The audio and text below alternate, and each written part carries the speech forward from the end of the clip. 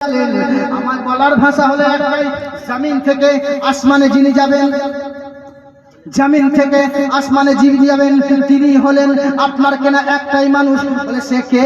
বলে তিনি হবেন মুহাম্মদ, আর অন্য কেউ হবে না। তিনিই হবে কালকে অবতার। বলে কালকে অবতার পেয়ে গেলে কি করতে হবে? তুমি কালকে অবতার যখন পেয়ে যাবে, তুমি কারো কথা মানবে না।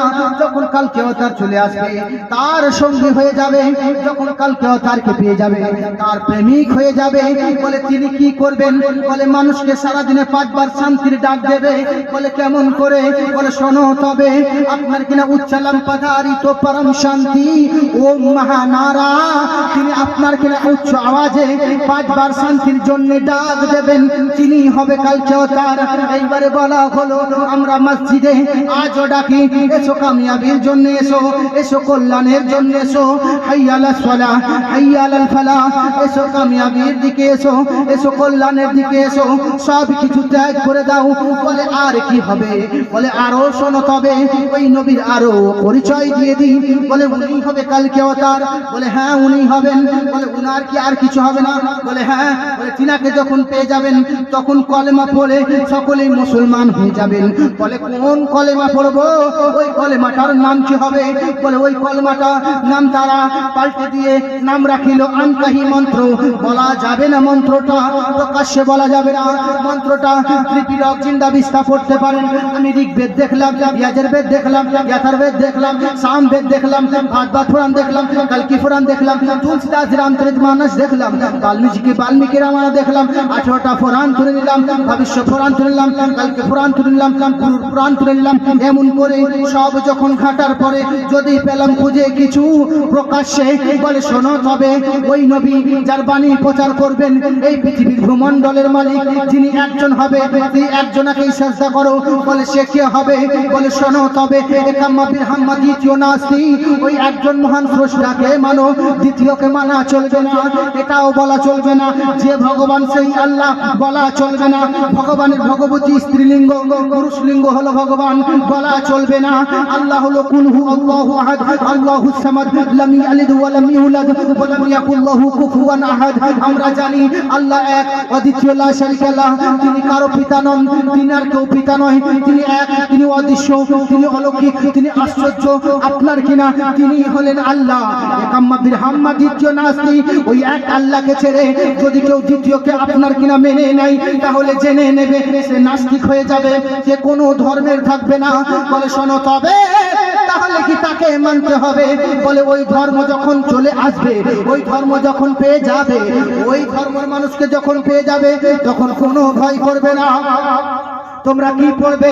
বলে আনকাহি মন্ত্রটা বলে দাও, আনকাহি মন্ত্রটা বলে দাও। লা ইলাহা হারনি পাপম ইল্লা ইলাহু পরম পাদম জন্ম বৈকুণ্ঠ প্রাপ্তি জপে নামে মুহাম্মদ। লা ইলাহা ইল্লাল্লাহ যদি তুমি পাঠ করতে পারো, তোমার জীবনের গুনাহ মাফ হয়ে যাবে। ইল্লা ইলাহু পরম পাদম জন্ম বৈকুণ্ঠ প্রাপ্তি, জন্মের পর থেকে যাহা ছিল গুনাহ সব মাফ হয়ে যাবে। তোমার সান্নিধ্য সম্মান বেড়ে যাবে। বলে আমি সম্মান বাড়াতে চাই না, আমি জান্নাত পেতে চাই, আমি কামিয়াব হতে চাই না। আমি জান্নাত পেতে চাই, আমি টাকা চাই না। আমি জান্নাত পেতে চাই, আমি পয়সা চাই না। আমি জান্নাত পেতে চাই, গুনাহ মাফ হোক বা নাই হোক, জান্নাত পেলেই হবে। বলে জান্নাত পেতে চাও, নবীকে ফলো করো। আমি আগেই বলে দিলাম, এইখানে বেদ প্রকাশক বলছে শোনো তবে, ইল্লা ইলাহু পরম পাদম জন্ম বৈকুণ্ঠ প্রাপ্তি জপে নামে মুহাম্মদ। মুহাম্মাদের নাম তোমরা বেশি বেশি করে জপো, স্বর্গীয় নরতন তোমরা জান্নাতি হয়ে যাবে। নবীর নাম জপলে তোমরা জান্নাতি হবে। তাই জন্য শায়ের বলছে, উঠালে জামে ইল্লাল্লাহ जो होगा देखा जाएगा, জোরে বলে দেন সুবহানাল্লাহ। उठा दे जामे इल्लल्लाह जो होगा देखा जाएगा, पीले तू पढ़ के बिस्मिल्लाह जो होगा देखा जाएगा। আল্লাহ পাক বোঝার তৌফিক দান করেন, আমল করার তৌফিক দান করেন। 12:30 হয়ে গেছে, হায়াত বাকি, মুলাকাত বাকি। আস্তাগফিরুল্লাহ। একটা গজল বাকি রয়ে গেল না?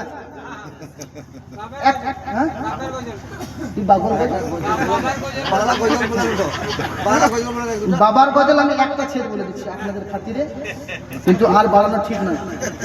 বাবা যখন মারা গেছে, মারার পরে আমি যখন বাপকে দাফন করে এলাম, ওইখানে বসে এই গজলটা লিখছি, কবরস্থানে বসে। আমার বাবা আমার হতে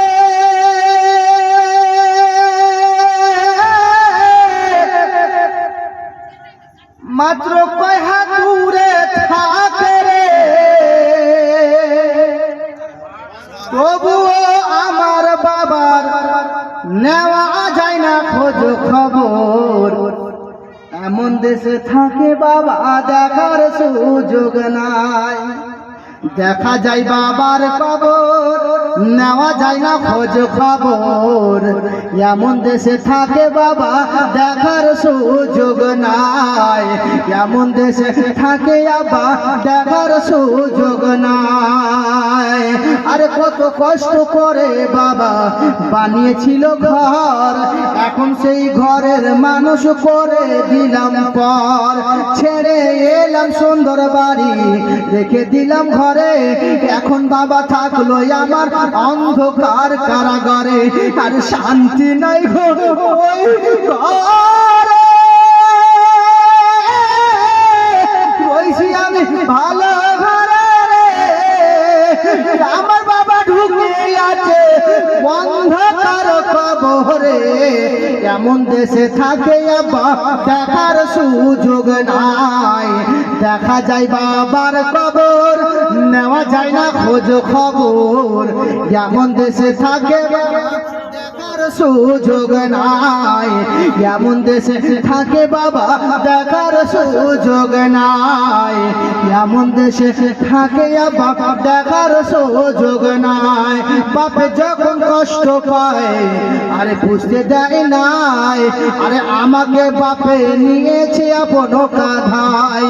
দেখিবে গো সন্তান আমার গুরুতর যায়, আর ধপ থেকে উঁচু হবে আমার সন্তান রাই।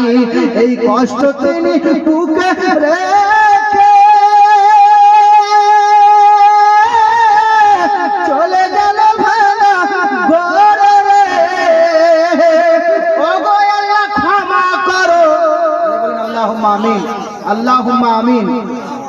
ও গো আল্লাহ ক্ষমা করো আমার মা বাবার গুনাহ, এমন দেশে থাকে দেখার সুযোগ নাই, দেখা যায় বাবার কবর, নেওয়া যায় না খোঁজ খবর। এমন দেশে থাকে বাবা দেখার সুযোগ নাই। হে কোটি কোটি প্রণাম অষ্ট সকল প্রজা জনম, হে দীন বন্ধু দয়ানিধি অভিনন্দনম সুস্বাগতম। শাহে উমম জন্ম তিথি দ্বাদশ রবিউল আউ্বলম শুভ মঙ্গলম। প্রতিমা অদ্ভুত অলৌকিক প্রতিমা অতি সুন্দরম, শাহি উমম সুস্বাগতম। ওয়াখির দাওয়ানা আলহামদুলিল্লাহি রাব্বিল আলামিন। আসসালামু আলাইকুম ওয়া রাহমাতুল্লাহি ওয়া বারাকাতুহু।